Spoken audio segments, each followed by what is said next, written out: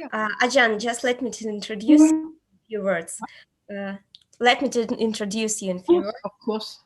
Дорогие друзья, здравствуйте. Спасибо всем, кто присоединился к нашей трансляции. У нас сегодня есть замечательная возможность послушать разговор о Дхамме от Аджан Сундары.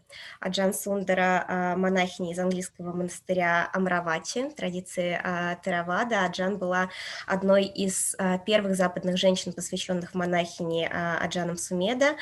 Несколько лет назад, 2 года назад, в 2019, посчастливилась впервые встречать Аджан в России.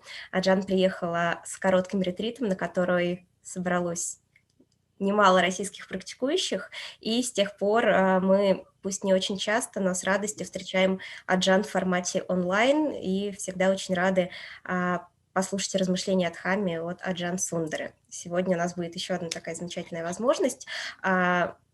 Мы послушаем небольшую речь, у нас будет возможность задавать вопросы и получать на них ответы. И, собственно, что будет дальше, увидите. Заранее хочу извиниться за ошибки, допущенные при переводе. Переводить сегодня постараюсь для вас я. Okay, Ajan, on behalf of all the participants of today's session, of all the members of Russian Sangha and all the Russian practitioners, I just want to thank you for joining us today and want to request to give us some teaching.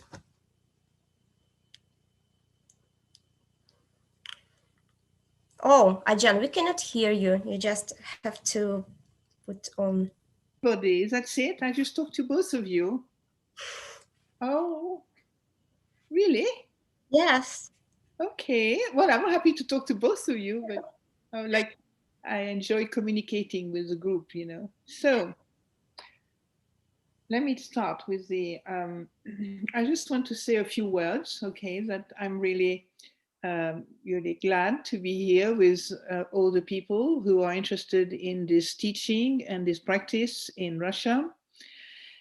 And also, you know, that it is time that is very difficult for the entire world at present. Аджан говорит, что рада быть сегодня здесь с нами в это время, которое является таким нелегким для всего мира. Yeah, and so also it is, you know, a time when we can really perhaps use the more time maybe at home that we have to usefully with maybe practicing, learning about the teaching of the Buddha. Сейчас такое время, когда мы можем проводить больше времени в своих домах. Вероятно, это время мы можем посвящать тому, чтобы больше практиковать и больше времени посвящать исследованию, изучению учения Будды. I was told that one of the topics that was most, you know, that one of the subjects that was most interesting for people was how can we free ourselves from deluded ideas about who we are. That I thought that's a very good topic, you know, and very useful if you can understand a little bit better, you know, what that means to, you know, to free oneself from those delusion or deluded ideas about who we are. So I'm pleased about the title, about the subject. Also, you know, last time I was in Russia, that was quite maybe 2 years ago, I think, nearly 2 years ago. And so I realized there was many people interested in this teaching. In fact, I knew that Ajan, it was not an Ajan, but Joseph Goldstein and Sharon Salzberg used to go to Moscow, you know, regularly to teach each year because they always stopped at Amaravat. At Chitast, Amaravati did not exist. So I realized you have a long tradition of people teaching, you know, all kind of school of Buddhisms, you know, Tibetan. You had also Zen masters and so on, you know. И Аджан говорит, что узнала от нас о том, что один из топиков, одна из тем, которая интересовала участников, когда мы думали об этой предстоящей встрече, одной из интересующих тем оказалась тема личности и тема того, как мы можем освободиться от заблуждений по поводу того, кем мы на самом деле являемся. Аджан, когда узнала, что такая тема интересует практикующих, была очень рада этому, и ей кажется, что размышление на эту тему может быть очень полезным. 2 года назад Аджан приезжала в Россию с ретритом, видела там очень много людей, и Аджан говорит, что знает, что, например, Россию много раз посещал Джозеф Гольдстейн, с которым Аджан встречалась в монастыре Читхёрст, Амаравати тогда еще не существовало. И Аджан на собственном опыте, собственным зрением увидела, что очень много у нас возможностей в России получать учения. Есть учителя, которые регулярно к нам приезжают, учителя, представляющие разные традиции, традицию тибетского буддизма, дзен-традицию и так далее. So, maybe I suggest to you maybe to sit quietly for 10-15 minutes, about 10-15 minutes. Would that be okay? Just to be settle down and make sure that our mind is more relaxed, perhaps, and more disentangled from your daily activity. И Аджан предлагает сейчас 10-15 минут посвятить медитации сидя. Таким образом мы сможем успокоиться и освободиться от запутанных мыслей, связанных с деятельностью, в которой мы сегодня были вовлечены. So sit comfortably with the eyes gently closed. Займите комфортное положение с мягко прикрытыми глазами. And spend the next few minutes just entering your body and noticing, what's happening right now in you. When you look, inwardly, you kind of, as you close you don't have to close your eyes if we prefer not to close them, but when you close your eyes, you turn away from the external world. And that is very different from closing the eyes and just being looking at the internal life, what's going on in your mind and body right now. Сейчас вы можете просто перевести свое внимание на то, что происходит внутри вас, обратить внимание на свое тело. Вам не обязательно закрывать глаза, если вы привыкли во время медитации не закрывать глаза. Просто в каком-то смысле это может вам помочь. Да? Закрывая глаза, вам может быть проще обратить внимание на то, что происходит внутри. So you can, just keep things very simple. You take, you have this capacity to be aware, to be mindful of what's going on inside, and also you can hear sound, you can, feel things, cold, hot. You can, be aware of the contact with your body. So life, you're open to everything that's happening in your life right now at this moment. И эта практика очень проста. С одной стороны, сохраняя памятование, осознанность по поводу того, что происходит внутри, вы также можете обращать внимание на какие-то внешние объекты, можете осознавать звуки, которые слышите, можете осознавать свое тело, чувствовать, как тело прикасается к земле. В общем, вы просто открыто осознаете все, что с вами происходит. Yeah, you can use the body itself to really bring your attention into the here and now. Вы можете использовать свое тело как якорь, чтобы привнести внимание в здесь и сейчас.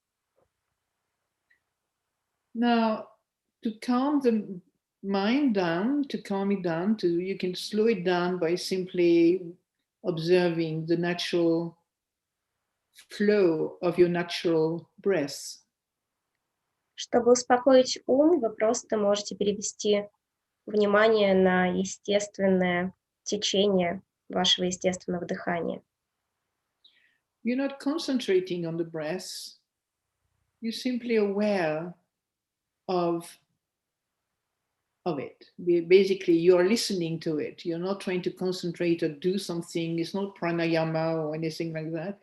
It's just listen. It's like gently listening to the movement of the air coming in and out of your body. Вы при этом не сосредотачиваетесь на своем дыхании, не прилагайте каких-то особенных сил, это не пранаяма, вы просто осознаете, вы прислушиваетесь к своему дыханию, к тому, как воздух входит в ваше тело и покидает его. And so just spend a few minutes now doing nothing, being nobody, going nowhere. Просто проведите так несколько минут, фактически ничего не делая, но осознавая, что происходит.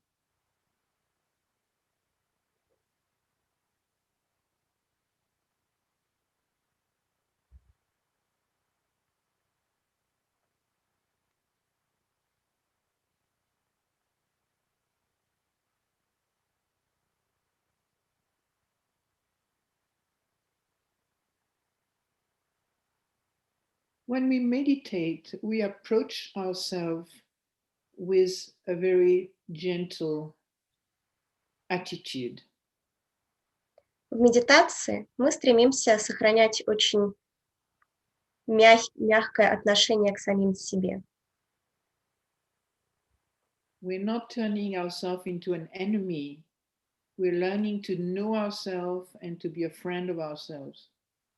Это значит, что мы не становимся сами себе врагами. Мы стремимся узнать себя и с собой подружиться.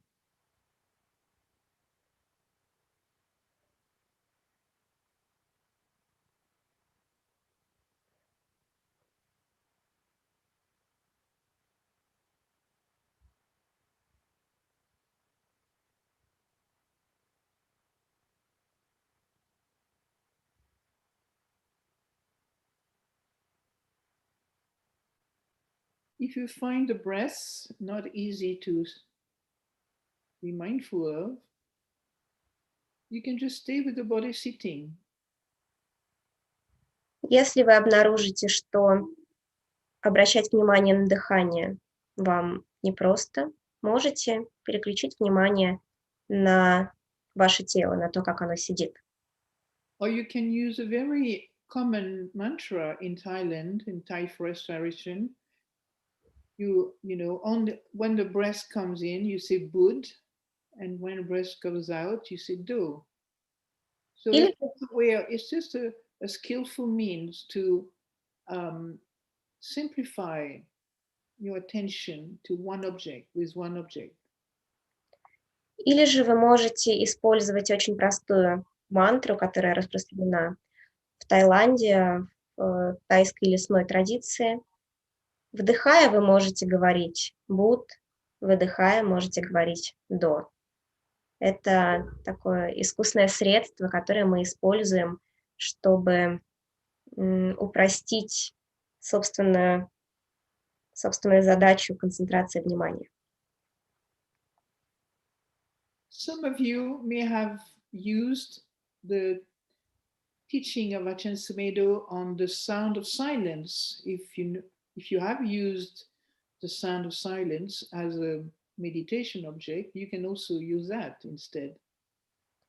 Возможно, кто-то из нас знаком с учениями Аджана Сумеда о звуке тишины, и если вы знакомы с этими учениями, если вы привыкли к этой практике, вы можете использовать этот вот звенящий звук внутренней тишины в качестве объекта собственного сосредоточения, в качестве объекта наблюдения и медитации.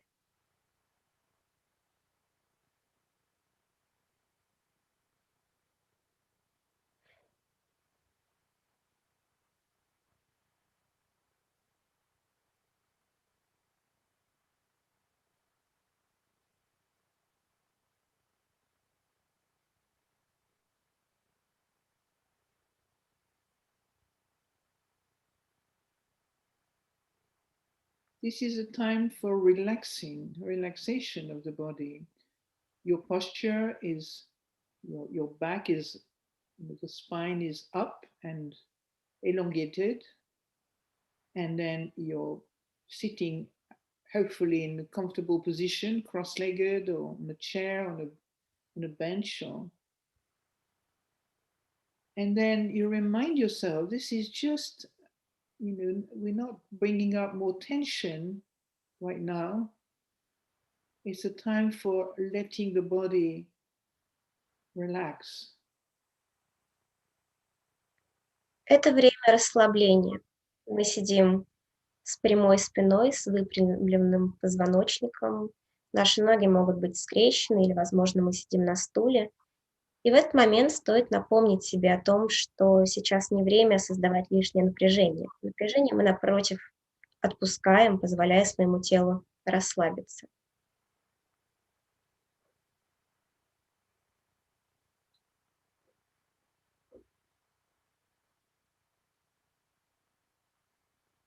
So for now, you're not engaging with the activities of your mind. Сейчас вы не вовлекаетесь в деятельность собственного ума. You may hear them, see them, like your thoughts crossing your mind, your feeling, your memory, all kind of thing, kind of being active. But right now, you just use this meditation object to just not engage. You're not engaging with multiple things at the moment. You just... Вы можете видеть, можете замечать мысли, которые проносятся сквозь ваш ум, воспоминания, какие-то представления. Но мы сейчас используем объект собственной медитации для того, чтобы не вовлекаться во все эти мысли и воспоминания.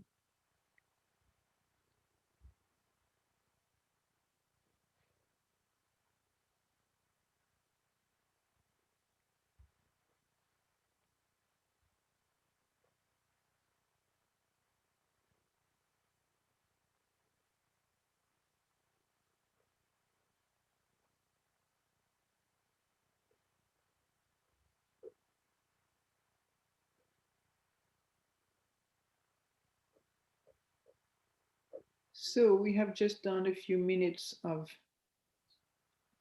simplifying our attention, or the object of our attention, for 10 minutes. And now we can open the eyes gently, and I think it's about 10 minutes, isn't it? Yeah. Sure. Так, мы посвятили время медитации, таким образом укореняя свое внимание, концентрируя его вокруг объекта медитации. И сейчас мы можем мягко открыть глаза, завершая медитацию.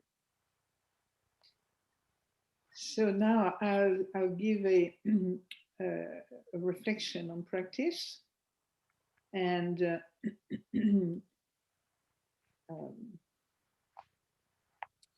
you have a time afterwards to ask questions and to have time to maybe, if you wish to clarify things, or you still, or ask question about anything, really. I don't mind, anything you want to ask is absolutely fine by me.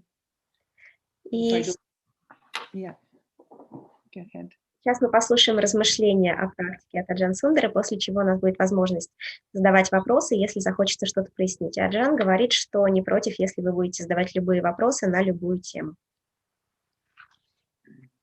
So, Namo tassa bhagavatu arahatu samma sambuddhassa. Namo tassa bhagavatu arahatu samma sambuddhassa. Namo tassa bhagavatu arahatu samma sambuddhassa. Buddhang dhammam sangham namasami.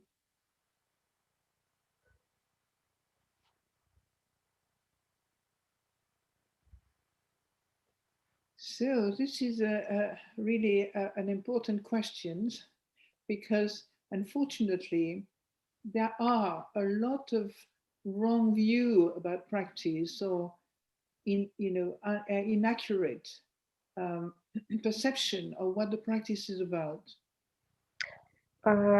Сегодняшняя тема действительно важна, поскольку, к сожалению, существует очень много ошибочных взглядов по поводу того, чем является практика и чему она посвящена. Очень много неправильного восприятия практики.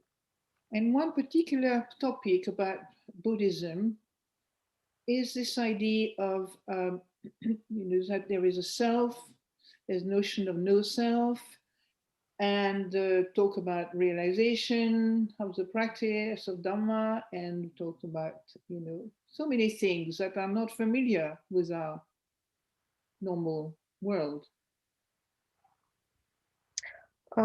И одна из главных тем в буддизме связана с вот всеми этими вопросами личности, постижения отсутствия личности, постижения дхаммы или природы реальности и так далее. So,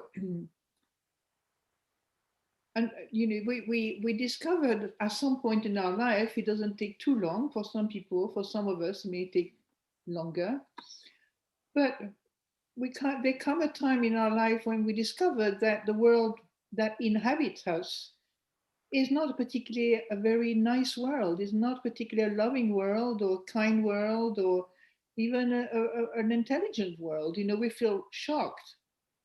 В жизни каждого из нас рано или поздно, у кого-то рано, у кого-то попозже наступает этот момент, когда мы понимаем, что мир, в котором мы обитаем, это не такой уж приятный мир, не такой уж любящий, теплый, мягкий мир.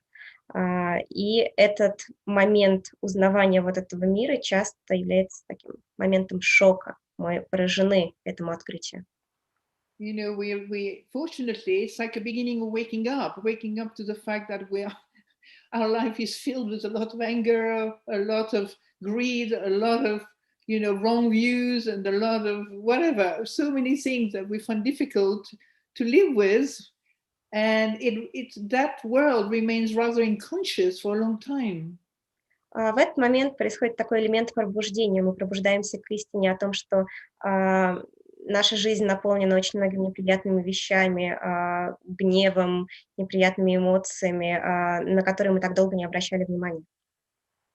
So you could say that, we wake up, at some point in our life, those who come across Buddhism, it's like a waking up to, oh, who am I? What's happening? What am I doing? What is my life about? Etc. В этом смысле для многих из нас встреча с буддизмом является таким пробуждением. Мы начинаем задаваться вопросами, кем являюсь я, чем я занимаюсь в своей жизни, зачем все это и так далее. And let's face it, we don't have many answers around us for many years. I think we're searching for quite a long time before we understand that there is a doorway to discover what this human life is about. И ответов вокруг нас на эти вопросы не так уж много. Часто проходит очень много лет, прежде чем мы понимаем, что есть дверь, ведущая к раскрытию, узнаванию того, кем мы являемся. And when we encounter the teaching of the Buddha, it makes so much sense. Когда мы встречаем учение Будды, все обретает смысл. Because the Buddha, in a way, doesn't talk about great ideal, or he's not trying to inspire you. I mean, some of his teaching is very inspiring, but the core of his teaching is really a very down-to-earth wisdom teaching. Когда мы встречаем учение Будды, мы понимаем, что суть этих учений не в том, чтобы нас вдохновить, хотя многие учения действительно вдохновляющие, а сама коренная сердцевина, суть учений Будды в том, чтобы приблизить нас к земле, немножечко заземлить нас. Simply the fact that we discovered that life is dukkha, many of us get really fed up with thinking that life is dukkha. People don't understand sometimes. What does the Buddha mean, Взять хотя бы истину о страдании, когда мы слышим, что жизнь есть дукха. Многие люди не понимают, что это значит. Что значит, что жизнь дукха? Actually, the Buddha doesn't say life is dukkha. He says there is dukkha, which is different. That's where people misunderstand. They say, oh, Buddhism is so say there is all dukkha. No, not what the Buddha says. The Buddha says there is dukkha. Кстати, Будда же и не говорил, что жизнь дукха. Будда говорил, что дукха существует, что есть страдания. Поэтому происходит очень много таких недопониманий, когда люди говорят, что буддизм слишком депрессивен, потому что там утверждается, что жизнь — это страдание, жизнь — это дукха. На самом деле нет, Будда этого не говорил. Будда говорил, что дукха просто есть. it's very important when you really get interested in Buddhism to have the right foundations and some right context. Очень важно, когда вы начинаете знакомиться с буддизмом, чтобы у вас была правильная основа и правильный контекст, правильное понимание. You know, Buddhism, as I see it and as I experience it, I know that, you know, there's some truth in it. It's really, and the Buddha says so, by the way. You know, the teaching of the Buddha is really the medicine that he is offering us to deal with this situation. There is suffering. How do you deal? How do you face this a situation like this? You know, there is suffering. What does it mean? Учение Будды, как мы сами в этом можем убедиться, и как на самом деле говорил сам Будда, эти учения являются лекарством, которые мы можем применять вот в конкретной ситуации, когда мы понимаем, что существует страдание, а существует духа. Yeah, and I think this is the moment when we are very, very fortunate to actually come across something that is so rare, you know, to find words, to find explanations, to find teachings that makes that are very easy to practice. I'm not saying they're easy to discipline the mind into practicing, but they're not difficult to understand how to practice them.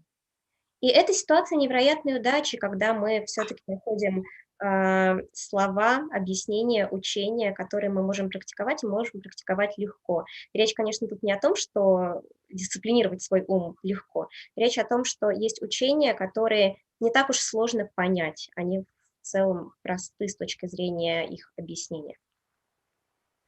So, you know, here we are. These deluded ideas that people maybe want to get free from, you know, in a way that's beginning of what we feel is very painful. You know, everybody wants to get rid and, you know, free from deluded ideas, but, you know, maybe there is a context in that again, which I want to add, because we can't get rid of things. Getting rid of, you know, sort of, you know, free yourself from deluded idea. You can, but not by getting rid of them, but by understanding the experience of delusion. И вот мы находимся в ситуации, когда мы хотим освободиться от всяких заблуждений, да, и иллюзорных представлений о том, кем мы являемся. Когда мы понимаем, что мы охвачены заблуждениями, это может быть таким довольно-таки болезненным опытом. И тут Аджан хочет, опять же, добавить этого необходимого контекста или этой основы для нашего дальнейшего изучения. Мы должны понимать, что мы не можем просто избавиться от заблуждений. Мы можем увидеть их, можем от них освободиться. Вот что нам важно здесь понимать. You know, our personality, our life, our personality, our sense of self, you know, it's very much embedded in everything we've lived from birth.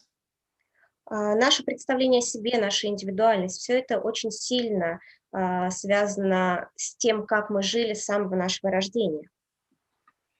And so we have been accumulating mountains of habits and mountains of conditionings, you know, maybe coming from other lives, we don't know, from the past, but let's stay in this life, you know, so we are, you know, in a way, inhabiting a world of habits, conditioning, and, you know, just kind of very, maybe sometimes very rigid perception, very rigid view on things, you know.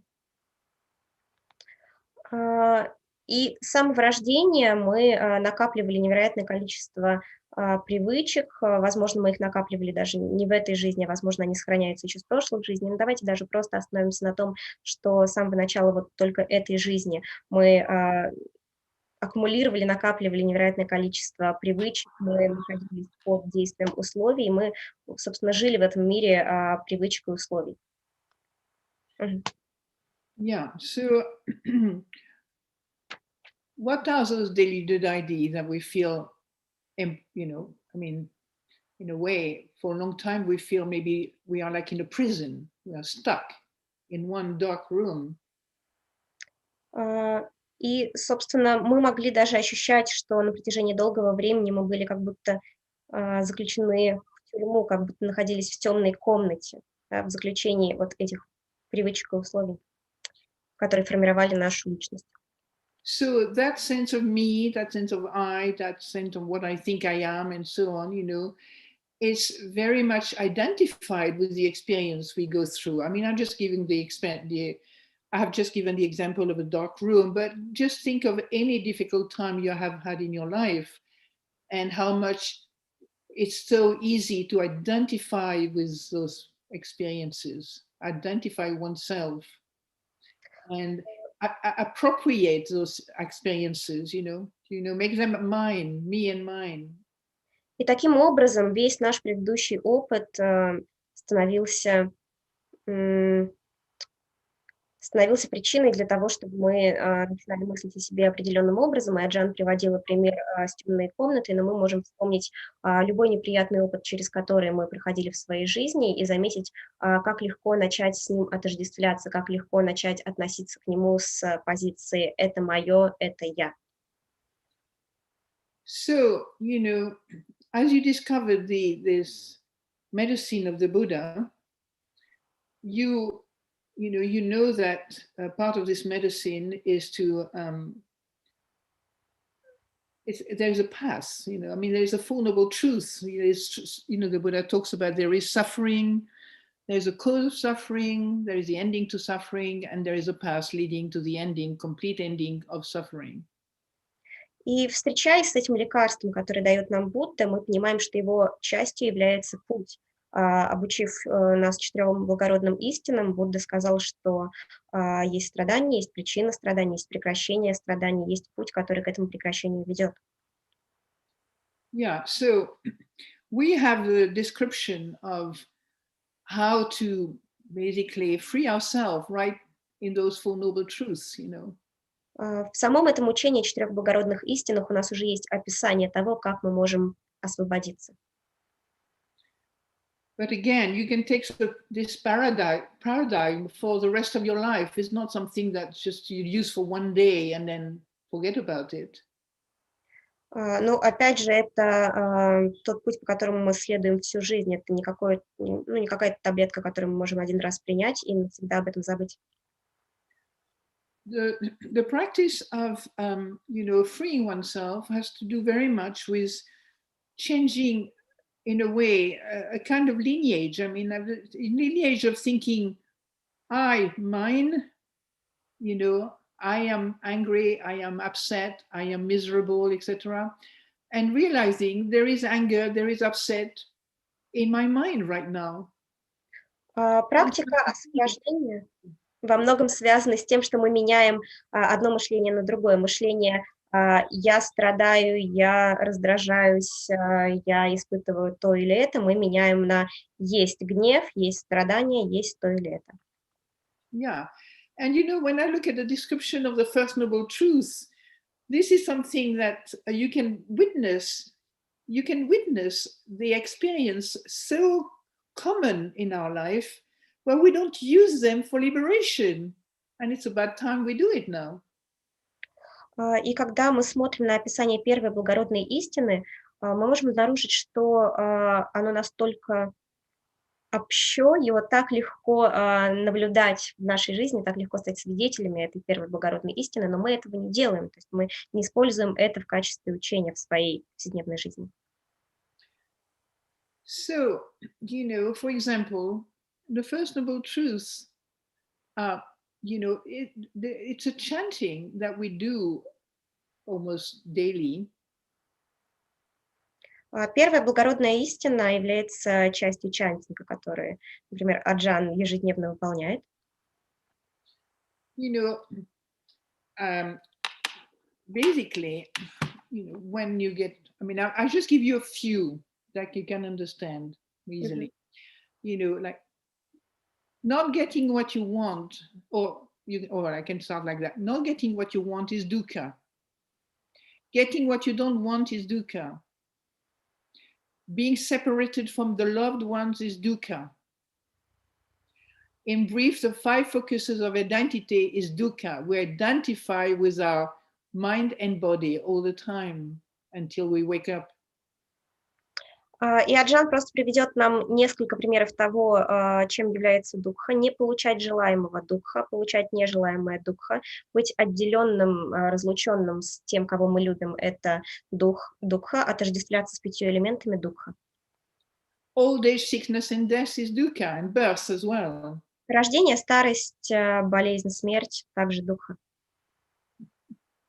So people will complain there's a lot of dukkha in this life, but it's not that there is a lot of dukkha. It's check how your mind is responding to these experiences. The Buddha is pointing to the fact that we suffer from these things, and if we are honest with ourselves, you can suffer when you get old, you can suffer when you get sick, you can suffer when you think you're going to die, you know. It's something uncommon, very common. И речь здесь о том, как наш ум реагирует на эту дукху. Это что-то очень общее для всех нас. Когда мы думаем о том, что стареем, болеем, умираем, мы страдаем. Так наш ум реагирует на дукху. So when you are separated from the thing you like, you know, there's dukkha. And you don't have to have dukkha, but you can notice now, do I suffer when I'm separated from the loved ones? И когда мы переживаем разлуку с кем-то, кого мы любим, происходит дукха, и тут мы можем обратить внимание на свой ум и задать себе вопрос. Я сейчас страдаю, от того, что разлучен с любимым. And if we check the result of dukkha in our action, in our speech, in our mind, is it good? И затем мы можем обратить внимание на результат дукхи, на то, как этот результат проявляется на уровне нашего тела, нашей речи, нашего ума. Мы можем задаться вопросом, этот результат, он хорош? Or do we fall into depression, despair, misery, poor me, I'm terrible, she's terrible, etc., etc. Или, возможно, мы впадаем в депрессию, начинаем корить себя или жалеть себя, говорить, какой я бедняжка, или она, он бедняжка, и так далее, и так далее. Yeah. So really the Buddha is talking about freeing the mind, freeing the heart, you know, to enable us to develop a quality of life that is really much more satisfying than a quality of life led by the ignorance of dukkha. И Будда учит нас тому, как освобождать наш ум, освобождать наше сердце для того, чтобы жить куда более удовлетворительную жизнь, свободную от дукхи. You know, and you have the cause of dukkha, of course, you know, which is the natural temperament of all human beings. We are quite addicted to sense pleasures, aren't we? И у дукхи есть причина, являясь человеческими существами, мы все привязаны к различным чувственным удовольствиям. Have you noticed many people not attached to sense pleasure? Not attached? Yeah, not attached, not clinging, not... Замечали ли вы, многие ли люди не привязаны к чувственным удовольствиям? You know, all the pointers of the Buddha are really our daily experience. Действительно, то, на что указывает Будда, все это присутствует в нашем ежедневном опыте. The teaching is not asking you to be different from where you are, but to notice when there is suffering and its cause, you know, and so on, to learn what makes my life so miserable? Why do I think I'm so terrible? Why my mother-in-law, my father-in-law, my kids, why do I suffer? То есть в своих учениях Будда никогда не предлагает нам быть другими, Будда предлагает нам быть самими собой и просто обращать внимание на то, какой опыт мы переживаем, и задаваться вопросом, почему я, он, она, моя тетя, мой дядя, моя теща, мой зять, почему они страдают, в чем причина этого страдания. You know, we live for many years with you, my view, you know, and we think my view is the only view. my thoughts are the only thoughts, my feelings are the only feeling that are really valuable. The rest of it, no, not good enough, not good enough. На протяжении всей жизни каждый из нас живет со своими мыслями, со своим мнением, долгое время думая, что только вот это мое мнение, эти мои мысли являются единственно верными. So you don't have any deluded idea about who you are. That's a wrong statement, you know. То есть нет никаких заблуждений по поводу того, кем вы являетесь. Само по себе это утверждение, оно неверное. I'm going to give you the good news. There's just illusion in you that is how to say what is the word that is turning the reality of your life into misery. Есть хорошая новость, Аджан, для нас. Есть просто заблуждение, присутствующее в нашей жизни, которое заставляет нас быть несчастными, превращает нашу жизнь. If we stop saying I am deluded То есть, and start saying there is delusion in me right now. То есть нам стоит перестать говорить «я заблуждаюсь», и вместо этого сказать «в моей жизни прямо сейчас присутствует заблуждение». Now, you don't have to believe the Buddha blindly. He doesn't want that. Вам не стоит слепо верить Будде, сам Будда этого не хочет. He doesn't want that. He wants us to realize, to make something real of what he has offered us. He wants us to experience and to realize and to bear, to receive the fruits of what he teaches. Он хочет, чтобы мы опробовали его учение, чтобы мы опробовали то, что он нам предлагает, чтобы посредством этой практики обрести плод учения. And what he wishes for us is freedom. Freedom from delusion, freedom from greed, freedom from hatred. И Будда хочет, чтобы посредством этого мы освободились, чтобы мы стали свободны от жадности, от неведения. But as long as we're excited about certain things in our life, as long as we don't have the mindfulness to see them as they are, then we will continue in the same old patterns. До тех пор, пока мы испытываем некий восторг по поводу вещей, с которыми встречаемся в своей жизни, и за счет этого мы не видим, какими они на самом деле являемся, покуда все это происходит, мы становимся заложниками старых привычек, старых моделей поведения. So just to come to the, why are we so intent or carry on gathering the causes of dukkha? Так, почему же мы продолжаем накапливать причины дукхи? Because we still like them. Потому что эти причины нам по-прежнему нравятся. We enjoy them. Мы ими наслаждаемся. So the cause of dukkha, there's three.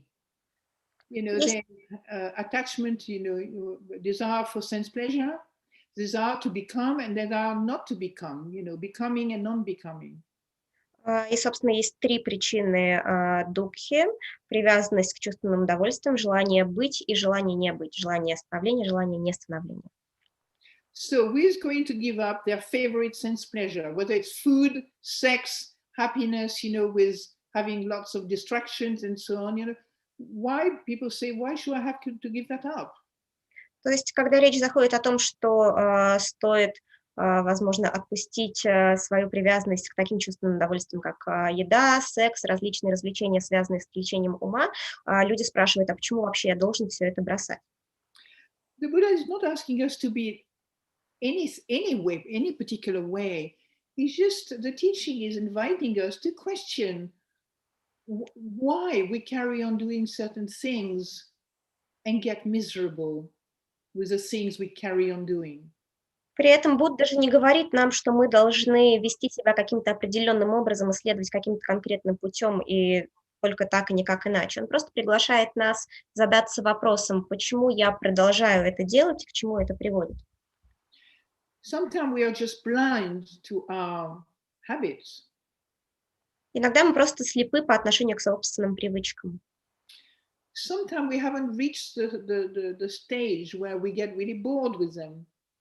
Иногда мы пока не достигли той стадии, на которой это нам все наскучило уже. Ajahn Suндары used to say, you know, at the age of 3 or 4, you play with your dolls, maybe until 6, 7, you know, but at the age of 14, you don't want a doll for Christmas. И Аджан Сумеда часто приводит такой пример, что там в возрасте 3-4 лет ты еще играешь со своими куклами, возможно, там в 6-7 все еще играешь, но когда тебе 14, ты уже не рад кукле, подаренной на Рождество. You know, you get bored at 14 with something. So the pattern is a bit like this. You know, there's many things we do that are really stopping us from being free, but we don't see them. We're not bored with them because we don't see how it affects us, how unhealthy, how it affects us in an unhealthy way. Таким же образом, как в 14 лет мы уже не забавляемся игрой в куклу, также мы ведем себя по отношению к своим привычкам. То есть пока привычка есть, пока есть определенная привычная модель поведения, это означает, что она нам еще просто не наскучила, мы еще не искусились ею и не поняли, каким образом она заставляет нас жить, вести себя. You know, so sometimes we can hurt ourselves, we can hurt other people, we can, you know, indulge selfishly in many things, you know, but because we are blind to the, you know, to what is actually happening, then we can remain selfish for the rest of our life. Иногда в силу этих привычек мы причиняем боль себе и другим, но из-за того, что мы по-прежнему слепы к тому, что с нами происходит, мы можем до конца своей жизни оставаться в таком положении эгоиста и вести себя довольно эгоистично. You know, beating ourselves up inwardly is quite, for many people, beating ourselves up, that means, you know, mistreating ourselves and being very critical of ourselves is quite common in our world. В нашем мире очень распространена ситуация, когда люди по отношению к самим себе ведут себя как такие критики, они сами себя совершают насильственные действия по отношению к самим себе. It's very unfortunate because if you think, you know, that the mind is not really, you know, enlightened, hasn't finished its path, it's still, you know, there's still a lot of dark places and it needs all the help we can give it to. We can give it, him or it or her.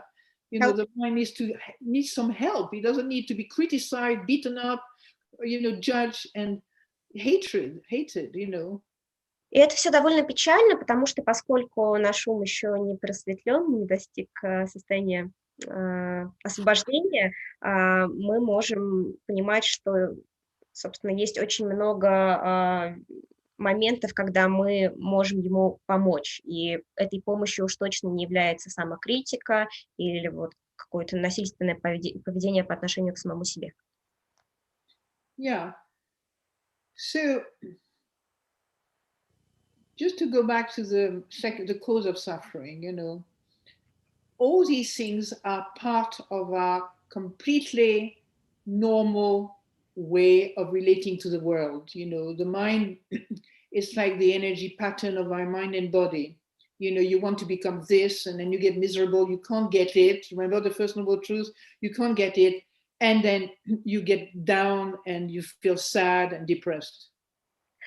Ну, то есть, возвращаясь к причине страдания, все это абсолютно нормальное такое положение дел, то, что происходит всегда в нашей жизни. У нас есть там желание получить что-то, когда мы это что-то не получаем, мы становимся несчастны и так далее.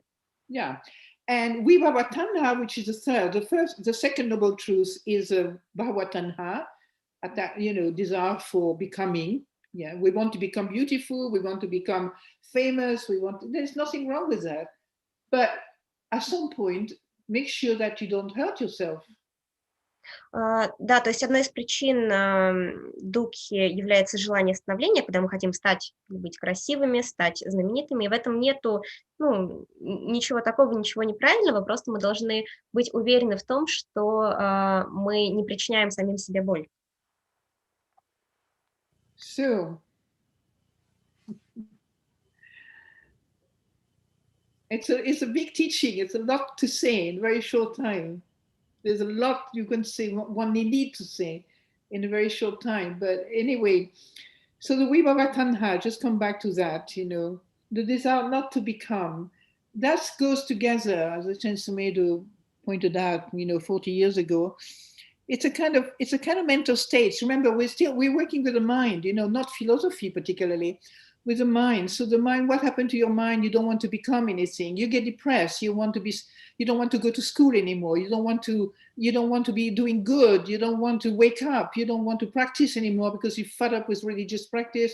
You know, many things. The mind state that a Vibhava Tanha is just like the mind that doesn't want to know what's happening in life anymore. You just want to go to bed, have a hot water bottle, a big duvet, and sleep for hours. That's a Vibhava Tanha. И Аджан говорит о том, что, в принципе, это учение очень обширное, и очень сложно все рассказать за короткое время. Очень многие вещи возникают, но так или иначе мы переходим к следующей причине дукхи, к желанию не остановиться, к желанию не становления, и мы можем также часто замечать присутствие в себе таких депрессивных настроений, которые заключаются в том, что нам ничего не хочется видеть, что вокруг, не хочется там идти в школу, на работу и так далее, не хочется обретать какой-то опыт, хочется только спать. And before I continue, I just want to end with, just a simple, basic kind of meaning of the third noble truth. It's like the cessation of suffering. So it's a path leading to the cessation of suffering. That's a fourth noble truth. That those four noble truths. You have suffering. You need to understand suffering. You need to let go of the cause of suffering, and the point is to realize the end of suffering. And then the fourth one is a path leading to the end of suffering.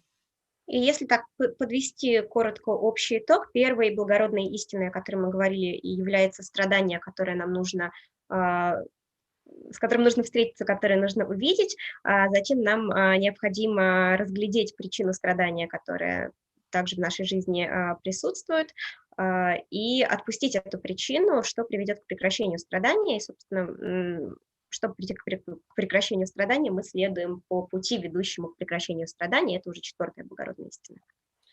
And no one can really enlighten us. No one can do the training for us except ourselves. И, как мы понимаем, никто не может нас пробудить, кроме нас самих. Никто не может освободить нас, только мы сами. Никто не может пройти тренировку за нас. No one else can look at the illusion of our mind as well as somebody who practices, No one else can do what is necessary to start being free from those mind states that are cause of pain. Никто, кроме нас, не может освободиться от наших заблуждений, никто, кроме нас, не может выполнить то, что нам необходимо, чтобы освободиться от заблуждений, которые становятся причиной нашей боли. No one else can do that because it's a transformative path. It can only work on yourself. I mean, it's not like we're not affected by the rest of life and so on, but the mind that is transformed is something that needs to be really let go of, and you're the only one who can let it go. То есть никто другой, кроме нас, не может этого сделать, потому что это путь трансформации ума, и этот ум, который нам нужно отпустить, собственно, никто, кроме нас самих, не может это сделать.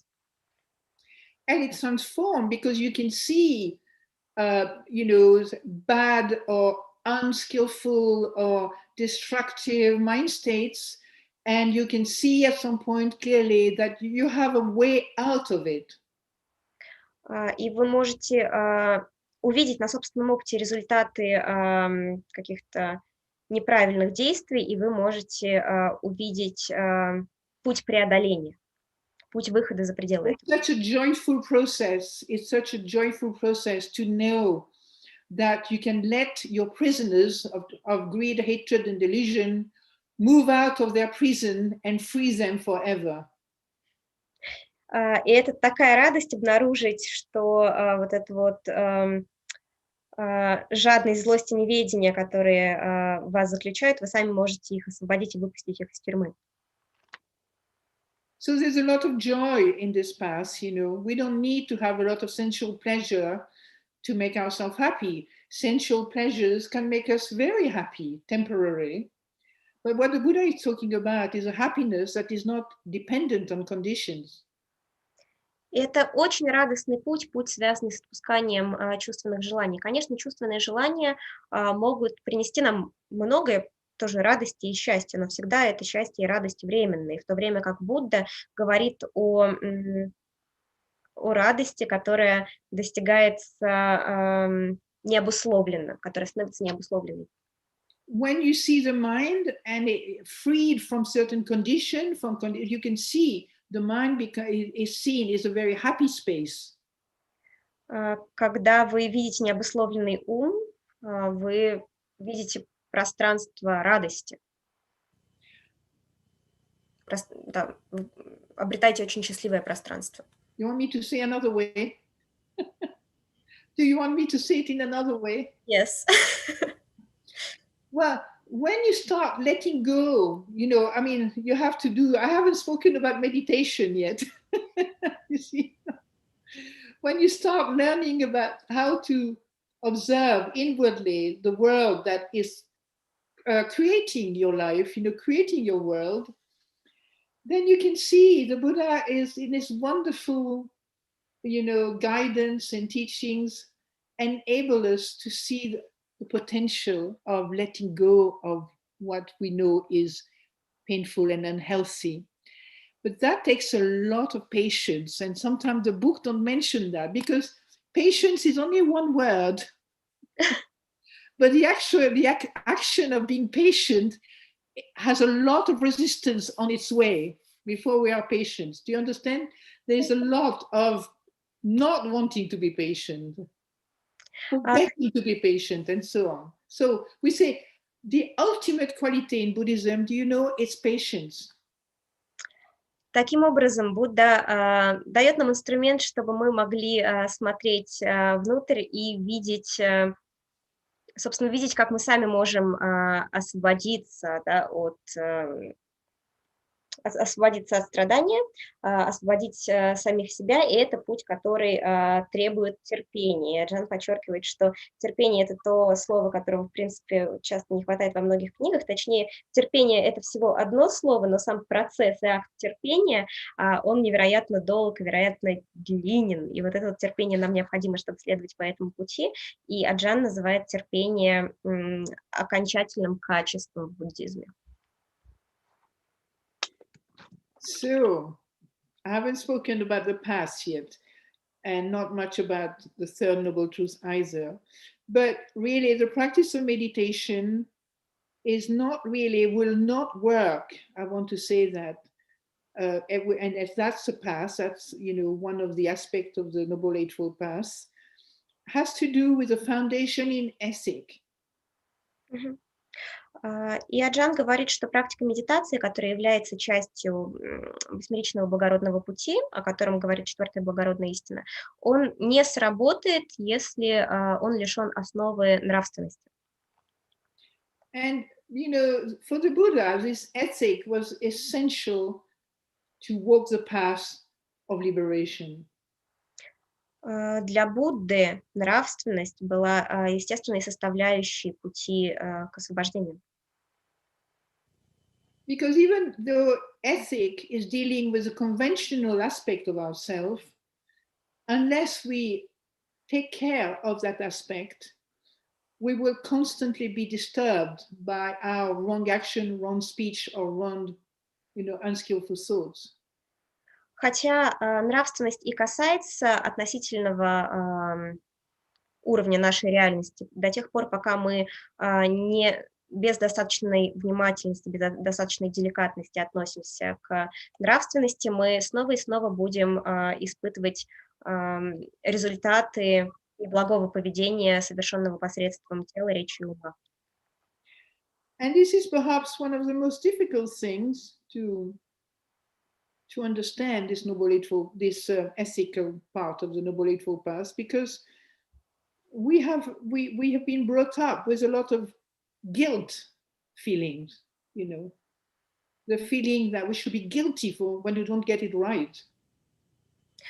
И, возможно, это одна из самых сложных частей благородного восьмеричного пути, часть, связанная с нравственностью, поскольку она связана также с возможным появлением чувства вины. Мы можем испытывать чувство вины, когда ведем себя неправильно, когда не следуем правильному поведению.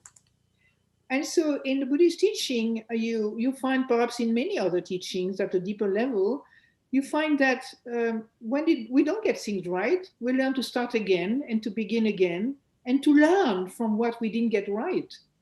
It's a learning process, and it's a very joyful learning process to realize, okay, I did something wrong.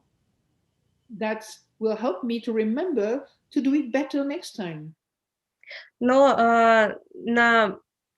на более глубоком пути мы понимаем, что это довольно радостный процесс, потому что каждый раз, когда мы обнаруживаем, что мы отошли от пути правильного поведения, когда мы обнаруживаем, что мы совершили что-то неправильно, мы на этом этапе просто учимся, и мы понимаем, вот здесь вот я совершил что-то неблагое, таким образом в следующий раз я этого не совершу. Таким образом следование вот по этому пути нравственности – это всегда следование по пути обучения, вновь и вновь мы учимся. You know, because we may do and meditate for hours and hours, but we still steal, we still have sexual misconduct, we drink and take lots of, drugs and so on. So that's not going to help the mind. Мы можем медитировать часами на протяжении очень долгого времени, но по-прежнему мы воруем, по-прежнему мы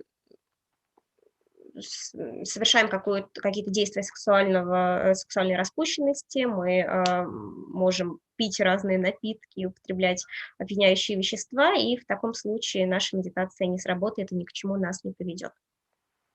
Yeah, so for example, the 5 precepts is like to refrain from harming any living beings. Say it. Masha, you can... Да, к примеру, мы сохраняем 5 обетов. To refrain from taking what is not given. Мы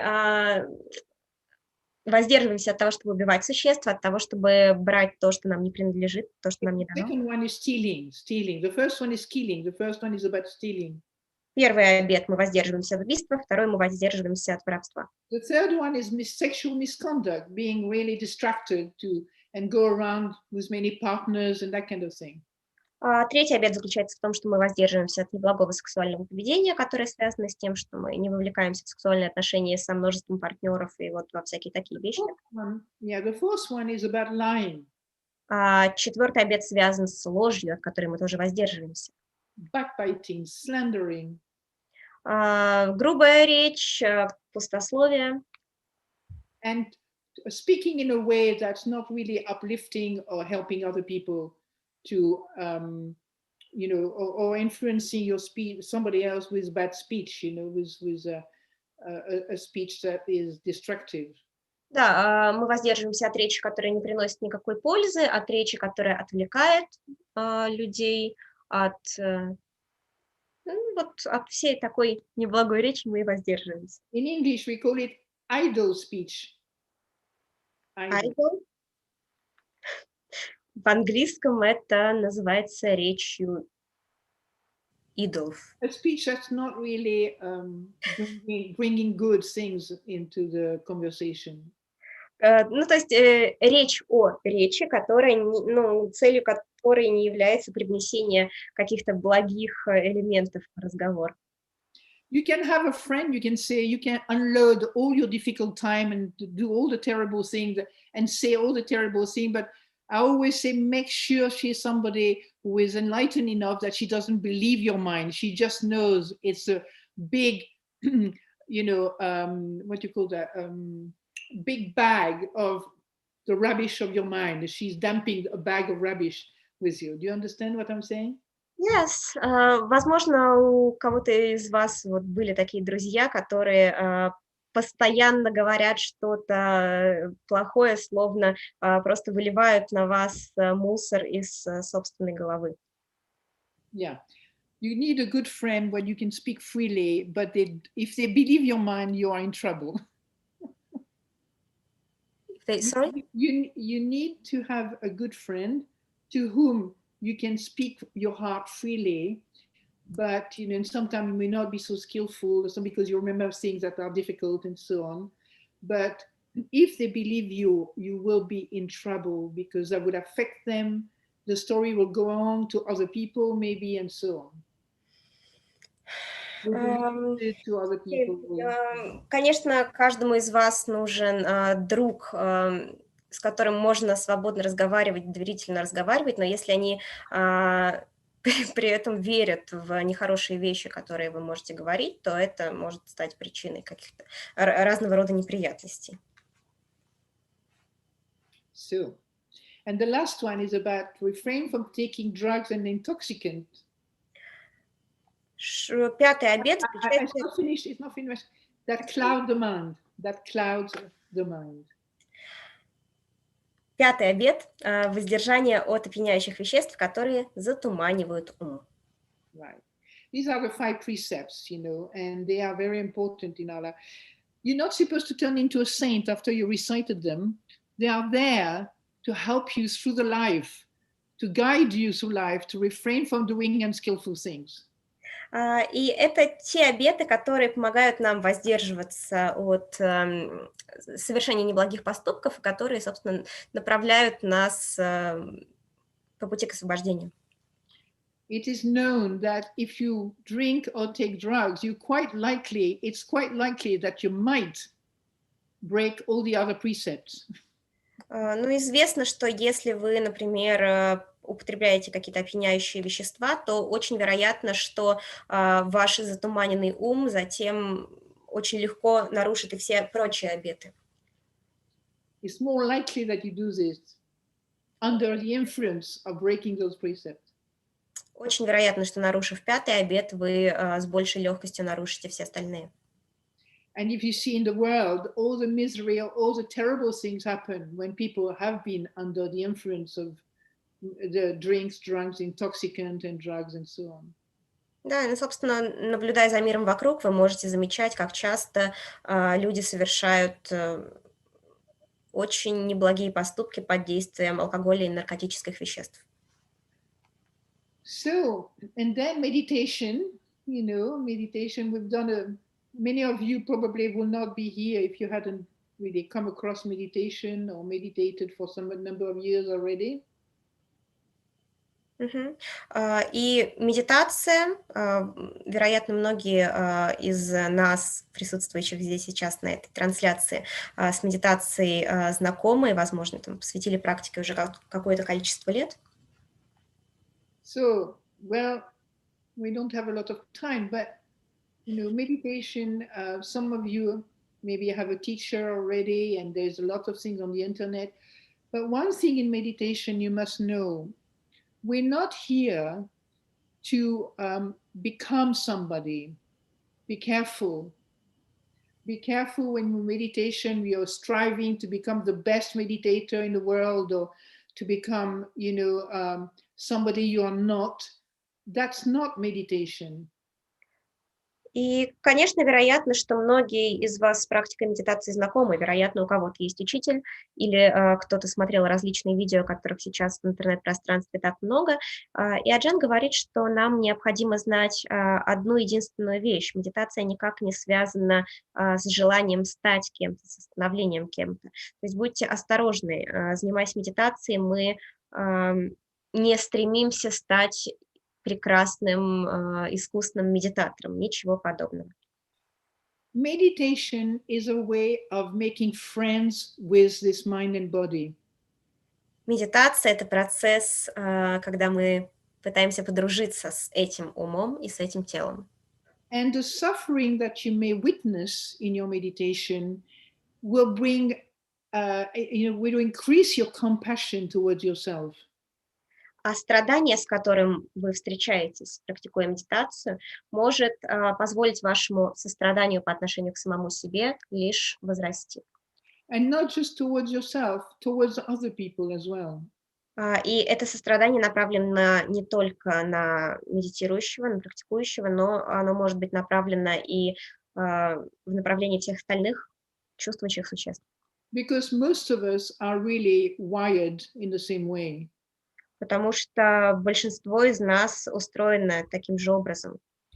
Yeah, if we looked at inside ourselves and share what's going on in ourselves, you realize most of the suffering we experience, most of the vulnerable truths that Buddha talks about is experienced by all human beings, including animals.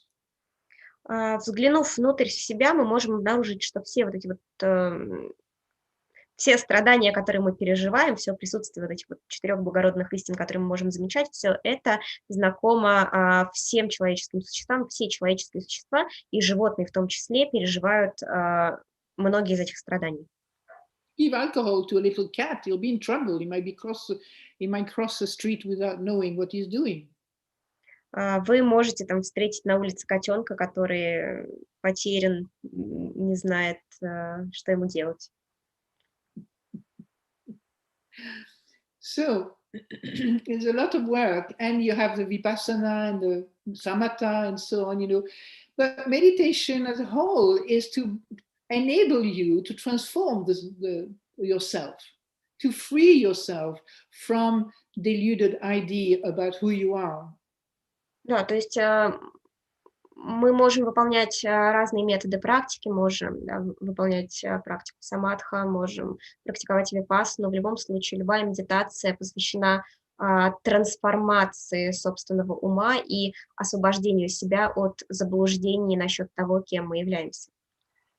And the most important thing I say tonight is that once through meditation you can see that everything is changing constantly. Everything is dukkha in the sense as if there is any attachment, if there is any identification, it is dukkha. Dukkha can happen. I mean, you can have pain. You can lose your mother. You can lose your children, your child. You can be sick. You can really have a lot of pain, but you don't have to have attachment to this pain. Do you understand? There is pain. It's nature. И Аджан говорит, что это самая, возможно, важная вещь, которую она нам сегодня скажет. Мы должны сохранять внимательность и осознанность по отношению к тому, что все меняется и все наделено дукхой, да, поскольку все меняется, мы можем там потерять родных людей, мы можем потерять мать, потерять детей, и боль будет присутствовать, она является естественным элементом этой жизни, но мы при этом можем не быть привязаны боли, да, и за счет свободы от привязанности, собственно, быть свободными от боли. As I said, that we are the only one who can transform our mind, but also basically, because of that, we have all this work, the work to do, the path to walk, to enable this transformation, and what matters most is to not be frightened, to not get it right. Making mistakes is part of the path. If you see mistake as a problem, then it means you're still identified with you being, I did this and terrible, I'm all blah, blah, blah, blah. Собственно, за счет страданий, с которыми мы сталкиваемся, мы и можем следовать по пути, они дают нам такую возможность следовать по пути к освобождению. И ошибки, которые мы неизбежно будем совершать на этом пути, нам не стоит воспринимать как какую-то проблему, поскольку если мы воспринимаем совершенную нами же ошибку как проблему, это значит, что мы по-прежнему самоотождествляемся с вот этими вот ошибками, которые совершаем, и таким образом опять становимся заложниками какого-то внутреннего бормотания и бла-бла-бла. And at some point, you'll be really tired of being you see more and more that what we call self is only a thought or a bundle of thoughts, a bundle of conditioning, a bundle of habits. И таким образом мы все больше и больше можем замечать, что наше представление о себе – это всего лишь очередная встреча условий, привычек и мыслей. And what is amazing is that when you start letting go more and more, then you begin to see that you have a mind that has a wisdom to lead your life. Чем больше вы отпускаете вот эти вот привычки, привычные представления, вы все больше и больше обнаруживаете, что у вас есть мудрость, с помощью которой вы можете продолжать проживать свою жизнь. Not only the wisdom, but the deep compassion. И при этом не только мудростью вы обладаете, но и глубоким состраданием. And then, then you're not so frightened anymore, you're not so anxious anymore, you're not so lazy anymore, you're not so doubtful anymore, etc., etc. At some point, it's so much more a happy life when you don't have all this obstruction in the way. Вы больше не испуганы, вы больше не тревожны, вы больше не несчастны, вы больше не сомневаетесь. Так много счастья, которое вы можете испытывать, появляется в вашей жизни. So I think it's probably enough for today, in terms of reflections. Hopefully it makes sense. Very much, Aджан. And then we go, maybe we can have a 2 minutes break, yeah? Of course. We have, it's 15:49, 10 to 5 for you, isn't it? Oh no, it's 3 hours. I think of France. 10 to 8. Right, from 3 hours. Oh my God, right. So we have several questions, so after the break we can make a short question. Yeah, okay. Друзья, мы сделаем небольшой 2-минутный перерыв, после чего будет небольшая сессия вопросов и ответов. Можете писать в чат. So I'm going to block my video for a minute.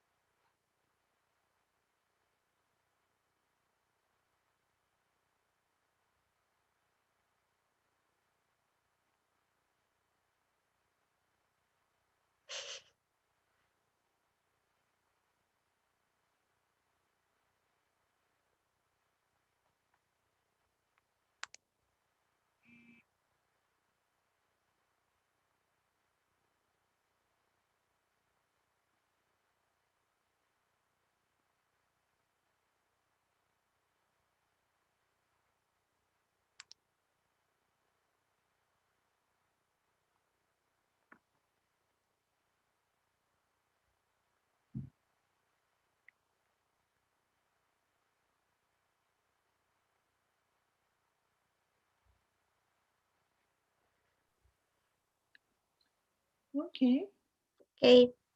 Oh, I know what it is. Hang on a second.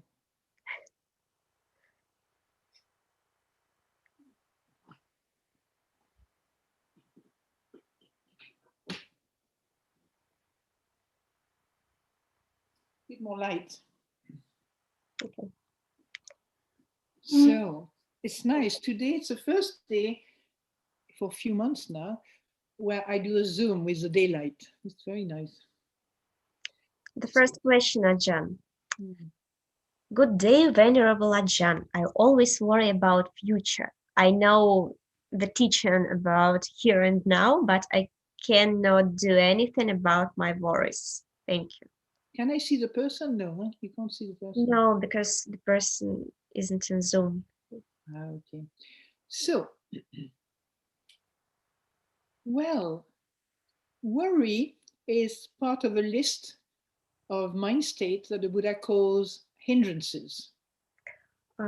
Вопрос был по поводу того, что постоянно испытываю переживания по поводу будущего, знаю об учении про здесь и сейчас, но ничего не могу поделать. Аджан говорит, что беспокойство относится к 5 препятствиям, о которых говорил Будда. So it's very important, this mindset, it's very important that, one get to know them well and to free the mind, because they really make our life so miserable, so intensely miserable. Очень важно исследовать эти препятствия, действительно распознавать их и освобождаться от них, потому что это то, что делает наш ум невероятно несчастным, очень несчастным. So if you practice meditation, you can be, when you look inwardly, you look at those mind states, you're aware of those states of mind, otherwise you will not speak of them. Практикуя медитацию и выполняя созерцание, вы можете наблюдать присутствие вот этих препятствий в вашем уме. Вероятно, вы их наблюдаете, в противном случае вы бы не начали о них говорить. And the first thing is to remember the characteristics that the Buddha talked about regarding all phenomena in the universe, including mind states. Первое, что нам необходимо помнить, это характеристики, присущие, по словам Будды, всем характеристикам во Вселенной, включая состояние ума. Right? They are impermanent. Каковы эти характеристики? Это непостоянство. Or anicca, right? Yeah, anicca. Непостоянство или аничча. They are unsatisfactory, as you expressed it tonight. Неудовлетворительность или дукха, о которой мы сегодня много говорили. That's right. And then they are not self. They don't belong to you. They're not yours. И безличность или бессамостность, что означает, что конкретный элемент не принадлежит вам, он не ваш. Right? It's just, it's kind of fueled by fear of the future. Sorry? Fueled, like a car is fueled with petrol. То есть это все излишки, да, будущего. Yeah. And so when they come up, you begin to see them as impermanent. That's the most important thing. You know that this worry will not last because they do not last. То есть когда такие состояния появляются, вы можете смотреть на них как на непостоянные, потому что вы знаете, что они не будут длиться вечно. But if you identify with them, if you appropriate them as yours, then they will be more embedded in your body-mind. Если вы же вы с ними отождествляетесь, если вы присваиваете их себе, то они все больше будут оседать в вашем теле, в вашем уме. They will influence your mind to go on and on and on with worry. Будут влиять на ваш ум таким образом, что будут появляться все новые, новые, новые беспокойства. That's right. So when you worry now, you should really celebrate and say "Yuppie." То есть, когда вы вновь обнаруживаете беспокойство в своем уме, лучше отстраниться и сказать «юппи». Yuppie. Why do you say "Yuppie"? Because now you have the material to work on in front of your eyes, and you say, "Okay, let me listen to that. Don't move with it. Stay still with it. Don't start explaining, engaging, going to the past, into the future, into the memories, and so on. It's only, a thought about the future. Leave your mind alone. Let him think about the future. It's fine." Почему же стоит сказать «юпи», то есть обрадоваться? Потому что теперь у вас перед глазами есть материал для работы. Вот вы заметили беспокойство, теперь вы можете посмотреть на него, отстраниться, ничего с ним не делать, никак на него не влиять, никак в это беспокойство не вовлекаться. Если присутствует беспокойство о будущем, позвольте ему просто быть. Вам ничего с ним не нужно делать. You see, when you don't make a problem about your problem, когда вы не превращаете свою проблему в проблему, right? Your mind start looking at what is happening, and your mind is happy to think about the future. It doesn't have to worry. It's thinking about the future. Ваш ум начинает смотреть, наблюдать за тем, что происходит на самом деле. Вам больше не нужно беспокоиться о будущем. Okay. So if you have a worry, the future is obviously not good at that moment. You don't worry about a happy ending. То есть, если у вас присутствует какое-то беспокойство, вероятно, будущее, о котором вы беспокоитесь, оно не очень хорошее. Вряд ли вы беспокоитесь о каком-то будущем happy end, о счастливом конце. The more you relax with what's happening in your mind, the more happy your mind is, because anything that relaxes more is also feel good. Чем больше вы пребываете в том состоянии ума, которое есть у вас здесь сейчас, тем больше удовлетворенности вы чувствуете. Right? I don't mean getting lazy when I say relaxing. It's just let go of the tension you make about having worry. You can leave the judgment about worry outside the picture. И когда мы говорим о пребывании или о расслаблении в том состоянии ума, в котором мы присутствуем, мы не говорим о том, чтобы быть ленивыми, мы просто отпускаем напряжение, связанное с беспокойством о будущем. When you are at peace with your worry, they will go. They'll disappear. Когда вы в миру со своим беспокойством, беспокойство уходит, оно оставляет вас. Do you remember what I said earlier? I said, you know, the becoming, as you become worried, you know, then you make a big story with that. Помните, что прежде говорила Аджан о становлении, когда вы становитесь беспокойными, когда вы начинаете беспокоиться, это означает, что вы вовлекаетесь в историю, которую сами создаете. You know, it's just a habit. Maybe it's a habit from very old habits. Maybe you caught it with your mother, you know, DNA. То есть это всего лишь еще одна привычка, и, возможно, очень такая давнишняя привычка, которую, возможно, вы еще от мамы через ДНК унаследовали.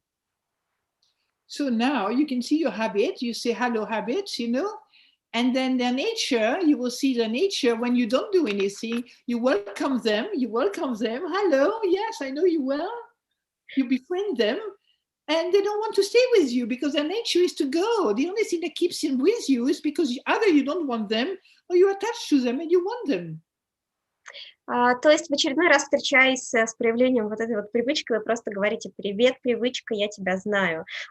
И поскольку все непостоянно, вы просто позволяете этому уйти. Вы говорите: «Я не хочу оставаться с тобой здесь надолго». So is that enough for this lady? I think, yes. The next question, Ajan. First, I will read in Russian. Уважаемая Аджан Сундара, скажите, пожалуйста, что вы можете порекомендовать, если от анапаны происходит напряжение, особенно в голове, особенно во время интенсивной практики, ретрита? Спасибо. Okay, Ajan, the question is about the practice of anapanasati. The person is asking, what would you recommend for him or her? Because during meditation, this person feels some tense, especially in the head, and especially during some intensive sessions of practice, during retreats and so on. So the tension in the head, what to do? Yeah, the tension is quite common, you know, and it's often connected with over-willing something, you know, concentrating too much, you know, and not relaxing enough at the same time. You know, it's like you can focus, but you don't have to be tense. And it takes a long time to know the right balance, you know, the right balance. You don't know it straight away. I have had these things, not headaches particularly, but a lot of energy in the head, or, you know. So I think that person should maybe relax, and maybe anapanasati. It's very common. People don't think they're controlling their breath, but they are. And the breath doesn't like that. Аджан говорит, что эта проблема действительно очень распространенная, очень часто появляется вот это вот напряжение во время практики медитации. И Во-первых, Аджан Сундара рекомендует практикующему анапанасати обратить внимание за тем, контролируете ли вы дыхание, или является ли дыхание естественным, или вы все-таки его контролируете, потому что очень часто, практикуя анапанасати, люди могут не замечать, что контролируют дыхание, тем не менее они его контролируют, и именно с этим контролем или с чрезмерным сосредоточением, или с чрезмерным желанием достигнуть какого-то состояния сосредоточения обычно связано напряжение. Аджан подчеркивает, что вот это нахождение баланса, это, конечно, не очень быстрый процесс, нам всегда требуется время, чтобы найти баланс между напряжением и расслабленностью. Собственно, это время понадобится практикующему. Sorry. Every time I touch. We cannot see you and we cannot hear you. So coming back. So what I wanted to say is that, let me see.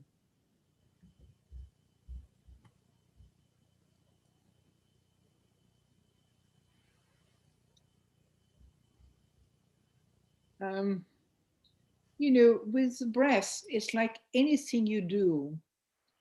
And if you're, I don't know if this person is a beginner in practice or she's done a lot of practice, but when you kind of learn how to do a practice, sometimes you don't get it right straight away. You get rather kind of uncomfortable. Anything you do for you're still not very familiar, or your body hasn't, is not at ease with it, and you will get this kind of tension.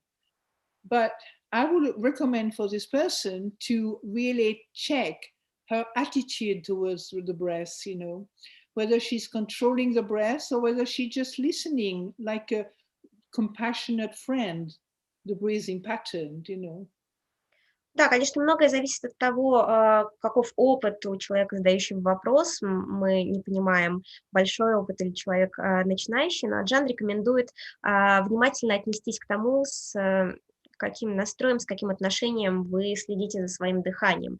Пытаетесь ли вы дыхание контролировать или вы просто к нему прислушиваетесь? The next question.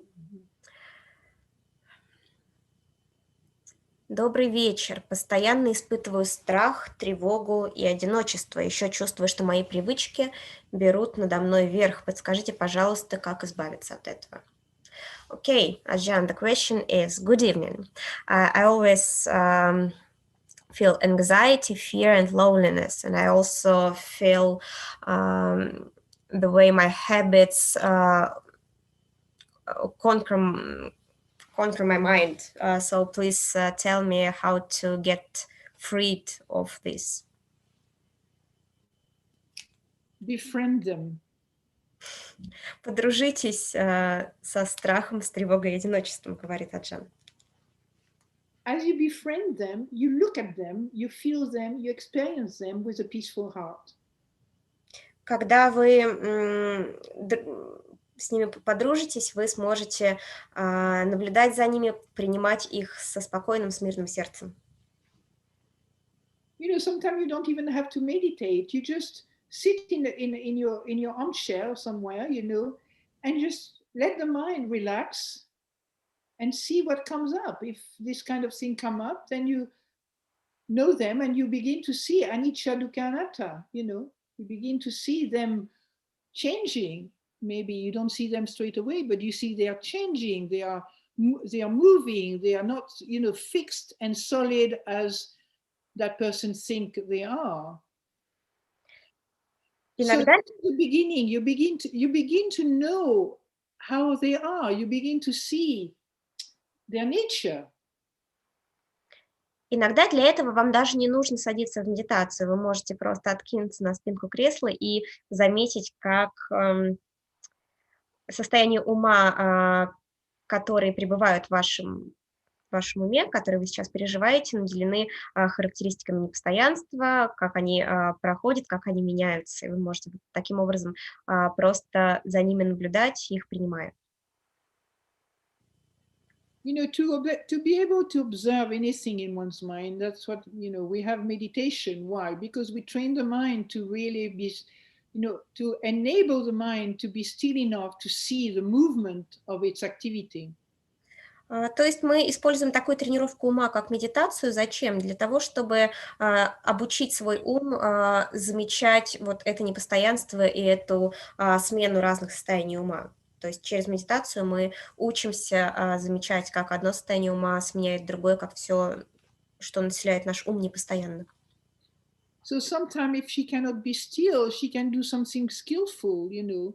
She can do something she enjoys do it. And then she she can notice, she can still meditate on what's happening in her. И Just being aware what's going on, what she's doing something that's more relaxing for her. да, и иногда, наблюдая, что вы переживаете такие состояния ума, вы можете заняться чем-то, что вас расслабляет, чем-то, что приносит вам радость. You know, I think one of the best medicine we can offer until the mind is a little bit more kind of clear about certain things is acceptance with compassion of what's going on in us. Love, Порой, love. порой лучшее лекарство, которое мы можем предложить сами себе, когда мы сталкиваемся с такими ситуациями, это принятие с состраданием и любовью. Not to let them kind of, you know, inundate us, you know, sort of feel how all mind and body, but to begin to not have fear of these things, to stop having fear of these things. Мгм. Мы не Таким образом, мы можем не позволять этим состояниям ума полностью нас переполнять. Мы стараемся не испытывать перед ними страх. Is that enough? Does the person feel you cannot speak to that person? Eh? Thank you. We will ask, I think, the participants to write after that. So if they wish, they can say something more. Вопрос. The question is, dear Ajan, do you have any tips on finding one's life mission in a practical way, professional-wise? And how can I deal with my overwhelming laziness? Just stop being lazy.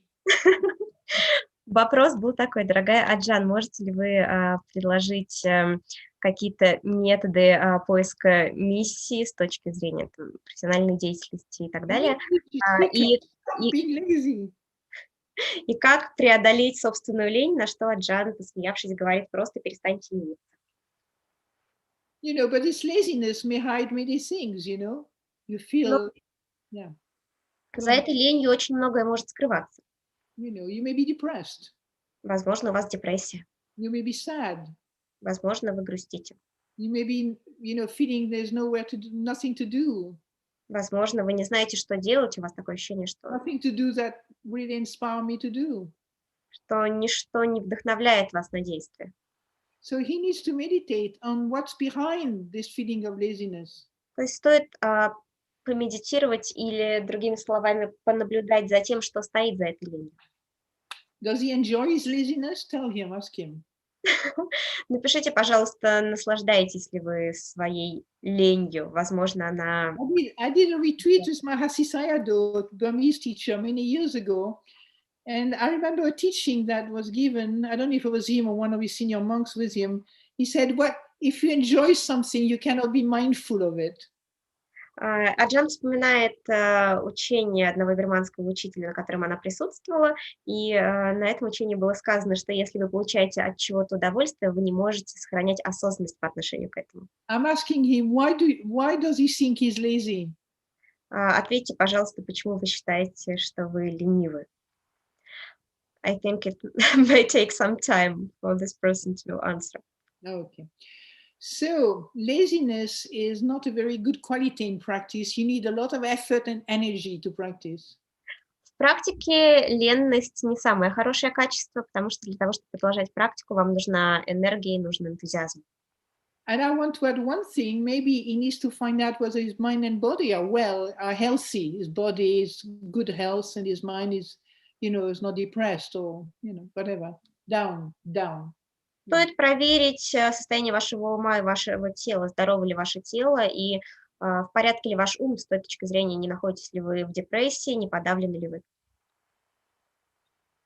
Thank you. And yeah, you just have to learn how to get up early and to meditate straight afterwards. He sits, he sits for half an hour maybe.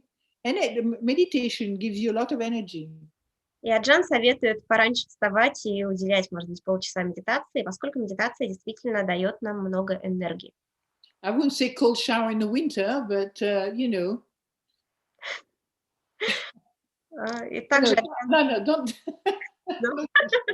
No, in the early days, that's what we were told, go and have a cold shower in the morning, and something, and on getting up, when it was really cold already outside. Также Аджан в шутку предлагает такой метод, как холодный душ, особенно в зимнее время года. Tell him I'm not advising him to take cold shower now at all or any times. I'm just something we used to do sometime in the early days of my life as now. Аджан предупреждает, что она вам этого не советует делать, просто она в свое время, какие-то более ранние годы своей жизни, это практиковала. Please don't. Вам не стоит это повторять. So, another question? Another question. Venerable Ajan, can you explain, please, how is that works? That when we send in metta to our enemies, they become spontaneously more friendly afterwards. Is that true, is it? What? You say, what is the question? Is it true or? How can you explain that, how does it work? That when we send metta to our enemies, they become spontaneously more friendly. Because we're not separate. Do you understand? Okay. Constantly sharing stuff with each other, we don't even know it, Вопрос был такой, Аджан, как вы можете объяснить тот факт, что когда мы посылаем метту нашим так называемым врагам, они спонтанным образом становятся по отношению к нам более дружелюбными. Аджан объясняет это тем, что мы, не отдельные существа, мы на самом деле делимся друг с другом куда большим, чем можем предположить. Now, if he has experienced this, then he can really trust that he has to be really careful with what he think and feel and so on, not because it's bad, but just you realize you have a responsibility to bring, in a way, well-being and happiness in your own heart and the heart of others, And so now you know how to do it. I'm sorry, I didn't catch it, Ajan. So now that you have, observed that when you do metta, when you practice metta towards somebody who is considered an enemy, вы можете обратить внимание на то, что когда практикуете метту и посылаете метту по отношению к кому-то, кого считаете врагом, then you realize your responsibility for generating out of your mind a happy world. Вы осознаете, насколько ответственны за то формирование счастливого мира, которое находится вне вас, да? Вы осознаете, что вы способны создавать счастливый мир вокруг. We are very spongy. Мы очень... We absorb things from each other. Мы зависимы и способны влиять друг на друга. Зависимы друг от друга и способны влиять друг на друга. So I'm very glad that he realized that his enemy could look like a friend after his metta towards him or her. Аджан, очень рада, что вы обнаружили, что действительно такой эффект присутствует, что он или она становится более дружелюбным после того, как вы посылаете метту.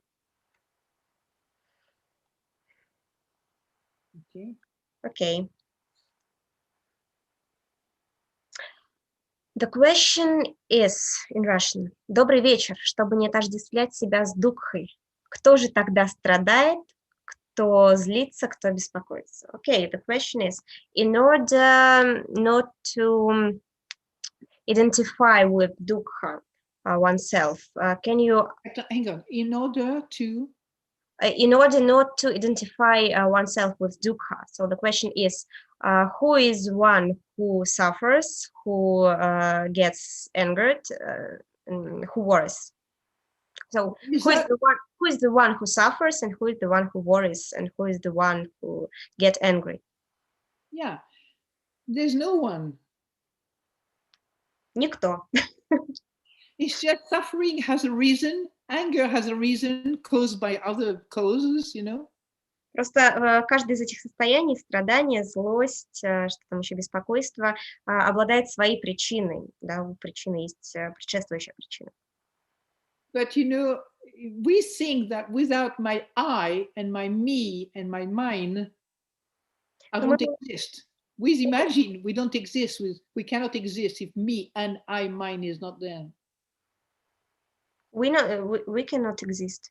We imagine that we won't exist.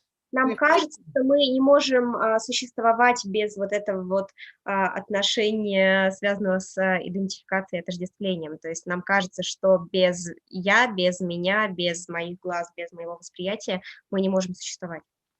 You know, I used to say to Aджан Сундары when I was a younger nun, I used to say, once I came to him and I said, Aджan Suндары, how come, I mean, I had a sense of humor, fortunately, for the misery of my mind. I said, how come I am working with somebody who does not exist and I train this person that does not exist? I'm putting all this effort, you know, when I know there is nobody there. I wonder how, you know, why don't we become crazy? Аджан вспоминает, как однажды, когда она была помоложе, она подошла к Аджану Сумеда. К сожалению, как говорит Аджан, у нее тогда было чувство юмора, и она спросила у Аджана, как так, как я могу обучать кого-то, кто не существует, как могу работать с кем-то, кого на самом деле нет, как я могу вот все это делать, почему мы до сих пор с ума-то все не посходили? Why do we bother? Почему нам вообще тогда, почему все это имеет смысл, почему мы вообще об этом всем беспокоимся, раз ничего нет? But you know, I had already some distance on that situation, but I still had to tell him. И Аджан говорила, что некая дистанция в этом воззрении у нее на тот момент была, но по-прежнему ей нужно было ему это сказать. You know, there's no, we constantly training ourselves to find that you know, that there is nobody there, and then we train ourselves to train that nobody or that body, and then, you know, what's happening? So it's a bit like this question of this lady.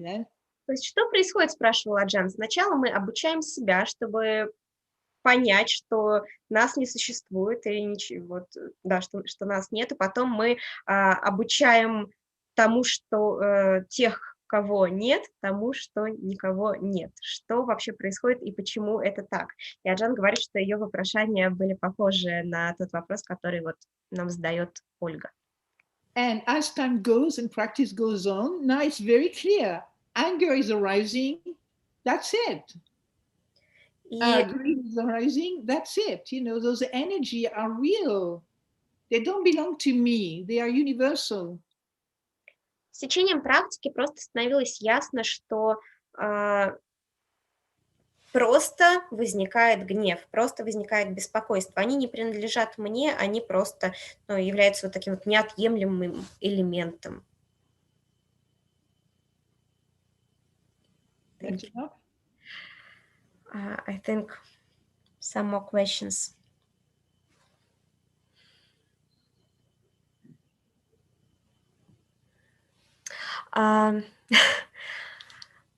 First in Russian. Вопрос. Аджан, скажите, пожалуйста, как можно развивать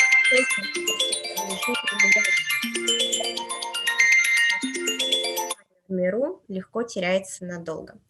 Аджан, the question is, how can a lay person develop mindfulness in his or her daily life? Because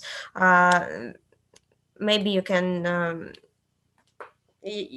recommend us some tricks, because this person is saying that the mind is always so distracted. Hang on. Je suis en train de faire une session d'enseignement, hein, plus tard. On travaillera pas aujourd'hui. D'accord. Ok, ciao. Yes, Ajan, so the question is, how can a lay person develop mindfulness in the daily life? Well, it's not difficult at all. You know, mindfulness has really the main foundation of mindfulness is to learn how to be in the present moment without forgetting everything you have to do through the day. So you learn to find that in the present moment is the only time you can really see your mind mind, you can see your mind in the here and now. If you're not in the here and now, you will be in the future or in the past with thinking. Это несложно говорить, Аджан. Суть развития осознанности в том, чтобы замечать все, что происходит в каждый момент времени, и в том, чтобы помнить все, что мы совершали на протяжении целого дня. Единственный момент, когда мы можем наблюдать за собственным умом, это момент здесь и сейчас. Если мы присутствуем не здесь и сейчас, значит, мы думаем о прошлом или будущем, и в этот момент мы не можем быть осознанны. Yeah.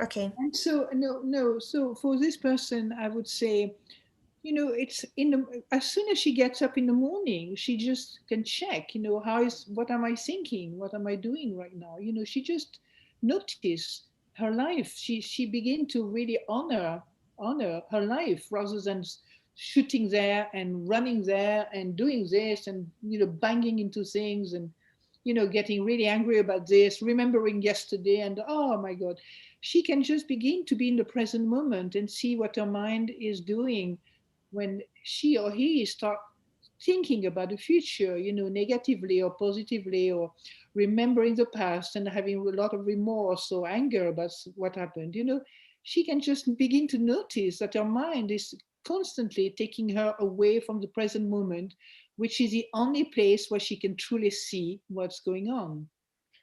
И Аджан предлагает почаще обращать внимание на то, что происходит здесь и сейчас. Таким образом, вы можете полнее и сильнее ценить вашу жизнь, потому что когда вы то и дело отвлекаетесь на прошлое и будущее, в этот момент вы не наблюдаете за тем, что есть у вас прямо сейчас, чем вы обладаете прямо сейчас. Таким образом, Аджан приглашает нас к тому, чтобы ценить настоящий момент, стараясь как можно чаще в течение дня обращать внимание на то, где вы прямо сейчас, что с вами прямо сейчас происходит, обращать внимание на свой ум, и, как уже было сказано, единственный момент, когда вы можете это сделать, этот момент здесь и сейчас.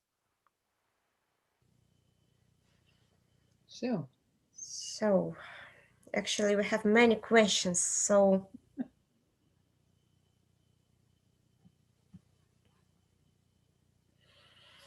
I'm sorry. Get the one in English, that's easier. We have no more in English, I'm afraid.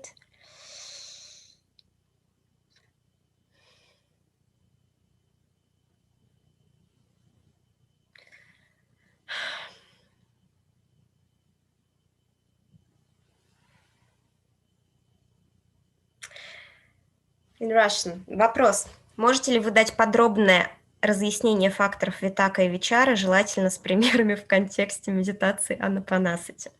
Ajahn, the question is, can you please explain the factors of vitaka and vichara, and if you can, in the context of the practice of Anapanasati? Well, vitaka vichara means, you have an object and you stay with it. Аджан говорит о витака и вичара. У вас есть объект, с которым вы пребываете, с которым вы остаетесь. Yeah. You have an object, maybe the breath, or maybe the any other object, maybe a word or something, and then you stay with, the object, and you stay with the object, Вы выбрали этот объект, вы его знаете, вы пребываете с ним. Yeah. Okay. What's next? The next.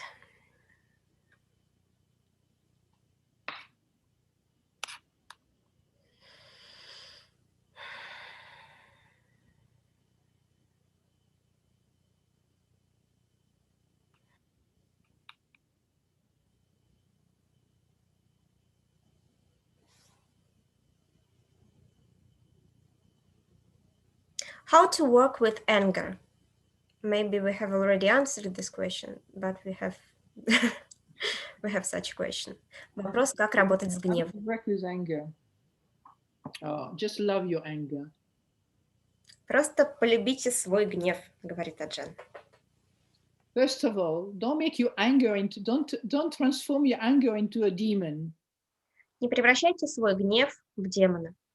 Okay. Anger is an energy. Гнев — это энергия. Yeah. And it's a mental state that's very, very painful and hurts ourselves, hurts others, and we don't know often how to handle it. So how do we work with anger? Это состояние ума, которое очень много боли приносит как нам, так и людям, с которыми мы взаимодействуем. Так как же мы работаем с гневом? You know, for some people work differently than others, are different from others. I can explain to you how I worked with it. Some people will do a lot of metta. It's just like, feeding the mind with some compassionate and loving energy, but really what uproots your anger more truly is this is why I said love your anger. It's just a way of saying accept your anger as it is first. And so you stop being frightened by this mental state, which keep recreating itself. Конечно, мы можем практиковать дружелюбие и сострадательность и развивать метту, и таким образом мы немножечко подкармливаем свой ум, делаем его чуть менее подверженным гневу, но если мы хотим искоренить гнев полностью, для этого мы делаем то, что в первую очередь сказала Аджан. Аджан сказала «полюбите свой гнев».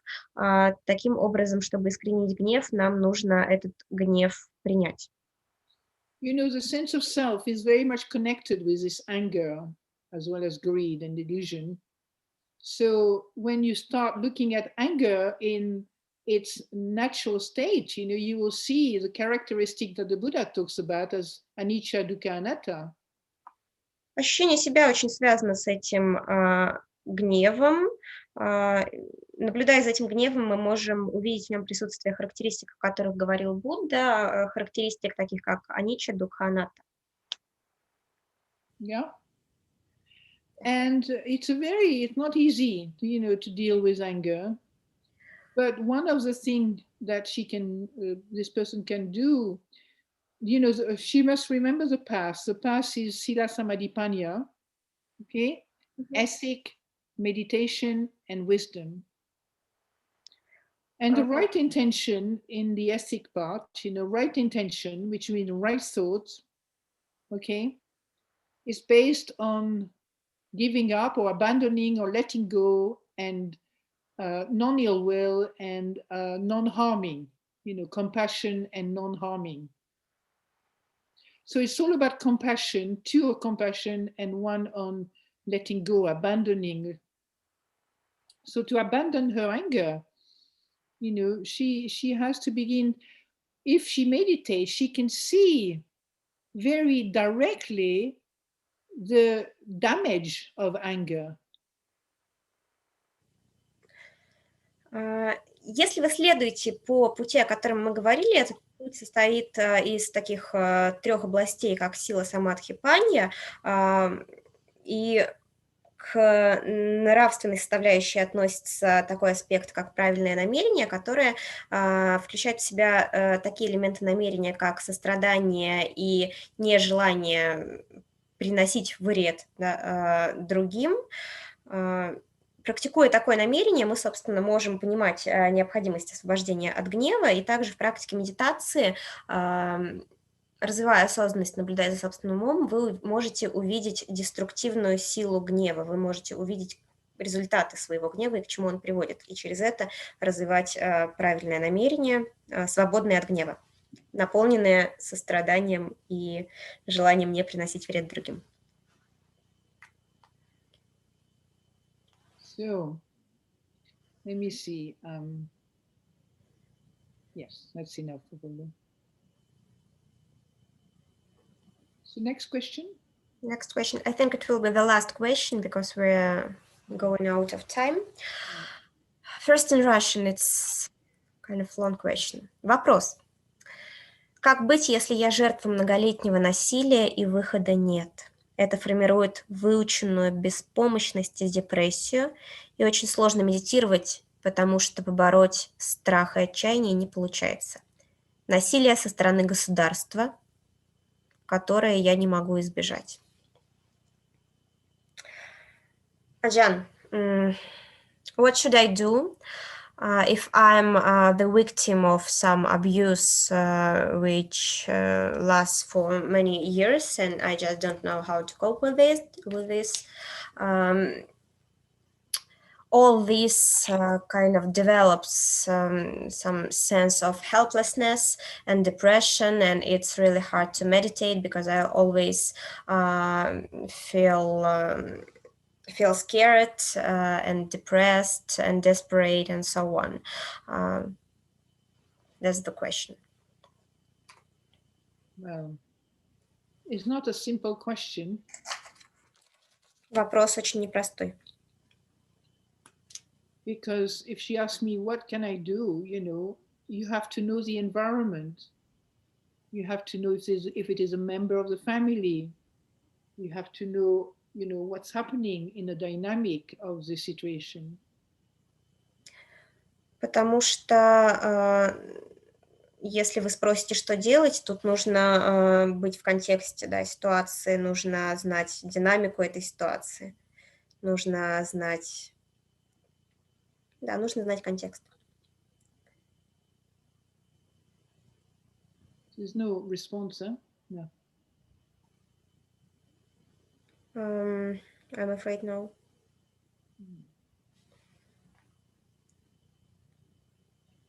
It's difficult to respond without having some kind of idea about,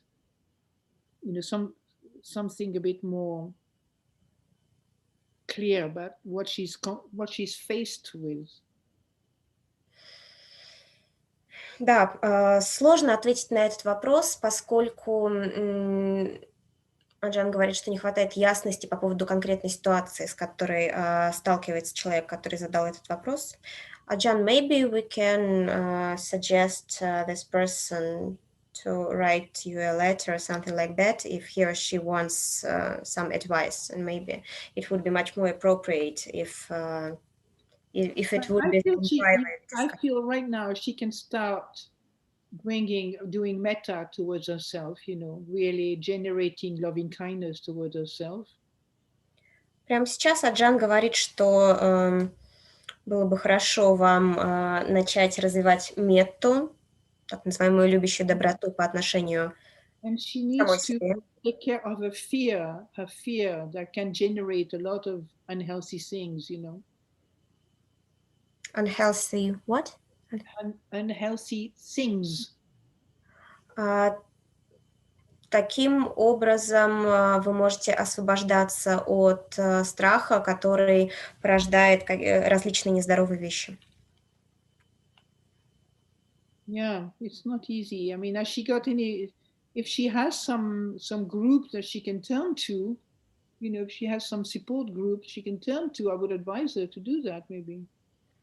Также Аджан советует, если у вас есть возможность обратиться к какой-то группе, в которой вы можете получить поддержку, разумеется, стоит это сделать. Yeah, that's all I can say, really. Okay. Certainly, if she practices, it will help her, to stay more mindful when things are difficult, to stay more at peace inside when things are difficult also, It doesn't mean that things will go, but at least she's not recreating the same situation next time, maybe. She'll be more confident in herself. Последовательная практика поможет вам, может быть,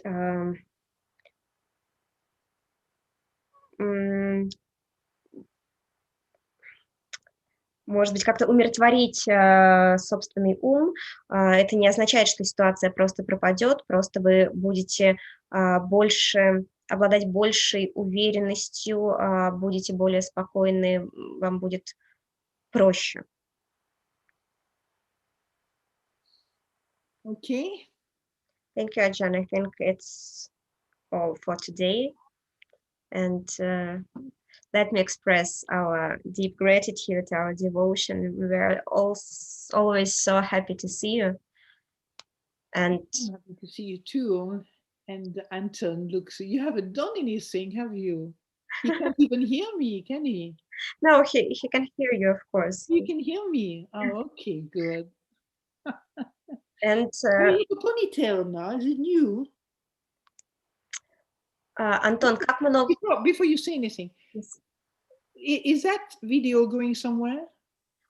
It's streaming right now via YouTube. Антон, как много зрителей у нас? You mean with picture? Yes. Маш, всего у нас заходило, слушало 200 человек сегодня. Ajan, today we had about 200 participants during this session. And can I see the video on YouTube myself? Right now, you mean? I mean, at some point. Yes, of course, if you wish. Well, I very rarely have a YouTube video going without me checking. No, I mean, after it will be finished, it's up to you. It can be not, it cannot be saved on YouTube. So can it be cut? It's not on YouTube straight away, is it? Yes, yes. So how can you cut it and change it? What do you mean? Why? It's right now, as I am speaking, people are hearing me and talking. Yeah. Oh. Right. So I think we will discuss it after our session, and it will be up to you. So we can. Oh, you mean I will have a choice? Yeah, of course, always, Ajan. Yes, so maybe we can close. Can we do a Zoom without anybody else? I'm sorry? Can we speak without being heard by everybody who's... Yeah, of course. We will just finish the stream. Okay, okay. Well, Okay. it's been a pleasure to be with all of you, and I don't see any... I miss the retreatants, I have to say. I like to connect with people, but it's okay. It hasn't been too difficult. Да, Аджан говорит, что в завершении нашей встречи говорит, что скучает по ретритам, и было приятно увидеться хотя бы в таком формате. Okay.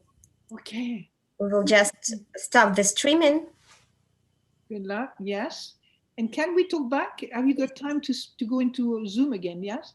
Yes. And so well, I'll see you in a minute. Okay. Okay. 1 second.